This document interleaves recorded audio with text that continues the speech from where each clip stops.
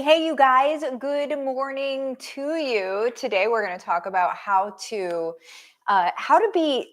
network without wanting to run away, wanting to hide, wanting to get out ASAP. I don't know if you're like me, but when I started actually, let me back up real quick. Who cares about when I started? Um, I'm gonna go into that in a second, but what does it actually do for you in the first place? Like, why would you even care? Why would you even watch a video that helps you network better? Um, it's very, very simple. Your networking, whether it be virtual or in person or whatever, your different relationships that you build with people is going to grow your business. Or the opposite is true. If you're not connecting with other people in your industry or just period at all, if you are sort of like running your business or running this race, so to speak, and you feel like you're pushing this boulder up a hill and it's just so hard, it's so tough, it's so lonely. It gets really lonely when you're doing it by yourself. FYI, I know. Whenever you're doing that, you're you might grow to 1% of what you could be. That's the reality of it. And so if somebody had told me that back in 2016, whenever I started, then I would have been more open to actually going to networking stuff then and actually building relationships with people then. I didn't understand, like, just truth be told, right? I didn't understand the value of it. I thought, okay, I build this business, I build it with stuff that, like I'm making things that are helpful for people, and like, you build the business because you're serving people and you're giving them things that they need, and you kind of work from that place.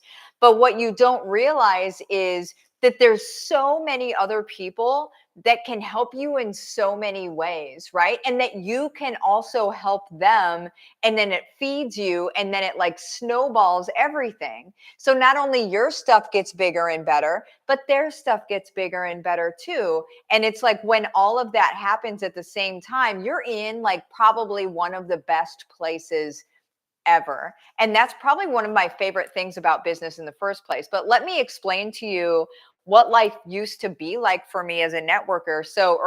In networking, I would go to, most of you guys know sort of like my origin story, right? I feel like I need to move this way. Nope, other way. There we go. Um, one of the first things that I did, so whenever I worked at GoDaddy, I quit my job at GoDaddy, and then whenever I started, my business, one of the first things that I did is I joined the Chamber of Commerce, which is largely networking, right? And whenever I joined the chamber, I started doing trainings, and then that's how I would get my first clients and that sort of thing. But when it came to like the networking events that the chamber puts on, which is, like I said, largely what the chamber does, when it came to that, I would stay home from those, right? And it wasn't because I didn't like people, it was because I was terrified. It was because I actually used to have I guess you would call it a condition. That feels very kind of dramatic, but uh, I had extreme panic disorder. Something like that is what they call massive panic disorder. I can't remember what they even called it. But essentially, I would have panic attacks, like the kind where you felt like you were dying, right? Like you were having a heart attack or a stroke and dying. But I would have those like every 20 minutes, most days. And so I would have, they go into cycles. So when you feel the first one coming on, what would happen is after 20 minutes, the next one would come, and they would come in waves, right? And so you'd feel it, you'd think you were dying, you'd know you're not dying, but your body thinks you are. So it doesn't matter logically if you know that you're not. And then it would dissipate, and then it would come back in 20 minutes, right? And so a trigger to start that whole thing would be like networking for me. It would be panic, it would be stress related stuff would be the trigger, right? And so whenever I would go to like these networking meetings, like if I had to talk about myself, if I had to like go and even like this morning, I just got home from one. I look all dressed up, don't I? I just got home from one. I'm still me. I'm still me. I'm not, I don't, we don't overdo it here. I still look like a farmer any which way you slice it.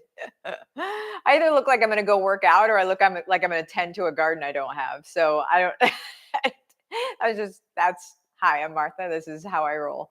But I was at one this morning and, I spent a lot of time talking in the beginning and then you go around and there were lots of people there today and then you have your 1 minute of time where you talk about what you do, and it's terrifying to somebody who has like panic disorder, right? And I want to speak to the person that's not doing this stuff because they're scared, or they also have a panic issue, or B, you kind of don't know what to say, right? You don't know what to say about yourself. You don't know how to connect with people, because those two things can kind of be the same. They can exist in the same person. And so first, let's talk about like the panicky side of it, okay? Because while I haven't had that same panic disorder, chain reaction, yeah, I see you, Sherry. My chamber doesn't do anything. Oh, doggone it. That sucks. I'm sorry. Find a group that does, or make a group, right, that does. But for the panic side of it, what has worked really well for me, CBD has worked really well for me, but I haven't had panic attacks as such for years now, which is just great. For about, I would say, 3 to 4 years now. I don't know the actual the amount of years, but it feels like that. But then this morning, I got sort of that bubbled up feeling in my chest. Like if you feel one coming on, you start to, for me, it's sensory stuff that triggers it. And so I'll smell something that will, like, then my brain starts firing, or I'll feel something, or I feel something in my throat or my chest. And then I'm just like, my whole nervous system just goes cattywampus. I was hoping I could use that word today. But my whole nervous system goes cattywampus twice, and so whenever that happens, then I know that I could get thrown into a panic attack. I know that the potential is there for me to go into a panic attack, and that was the beginning of the meeting today, right? And so I didn't want that to happen because I had other things I wanted to be doing, like talking to people and connecting. And so what I did is I ran out to my car and I grabbed some Calm. That's what I did. I knew, I felt it coming. I always have this stuff called Calm. I have the link to it in the description of this video. It's not expensive. It's not a whole lot of anything. It's what I use, and it works every doggone time. And I went out to my car and it's like a pixie stick kind of. You just put it on your tongue, you let it dissolve, and you move on with your day. Within 10 minutes, everything's fine. Everything's good. I no longer had any of that sensory stuff happening, and I could move on, right? So like if you have that issue, grab that stuff. That's what I would do. Now, moving on to like connecting with people. With the connecting with people part of it, I think most people have the biggest problem because they make it about themselves. And they think, well, I'm here networking my business, or I'm here networking to talk about my business, to grow my business, my. And instead, what they should be focused on is everyone else. Because frankly, everybody else, for the most part, are all thinking about their business as well. And the way you really connect with those people and make them feel at home, make them feel comfortable, make them feel seen, heard, understood, which is what every human is looking for. In order to do that, you talk to them about their stuff. And so you ask them questions about what they do, and you dig into like what they do. And I don't mean getting nosy. You're not asking them for like their paperwork or anything like that. But you're getting in on like their geek out points. And frankly, maybe the things that they want people to know about what they do. So I get the compliment a lot, and I'm just so thankful for it. But I get the compliment a lot that that I'm a good interviewer, and frankly, I think that it's really just because, here, my baby wants to give me a hug. frankly, I think it's just, oh, I love you, baby. I think it's just because this is work from home life, by the way, and we're not back in school yet. But I think that it's because I'm genuinely interested in other people, right? I'm genuinely interested in what they're doing and what they bring to the world and what lights them up. Like I genuinely am interested in that, right? And so I just ask people about their stuff, and I know that eventually they're going to be like, "Who is Martha?" Like, what does she do? Like, where'd she come from? What is she, I know eventually that's going to happen because that's human behavior.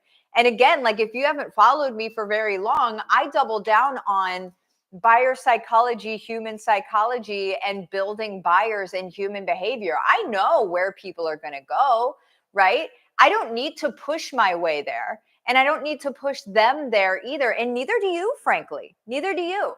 Just be the person who's interested in what other people are doing, what they're talking about. You can, in some ways, if it makes sense, don't push it into the conversation. But if it makes sense, you would say, "Oh, I work with a lot of people like you because I do X, Y, and Z," or something like that.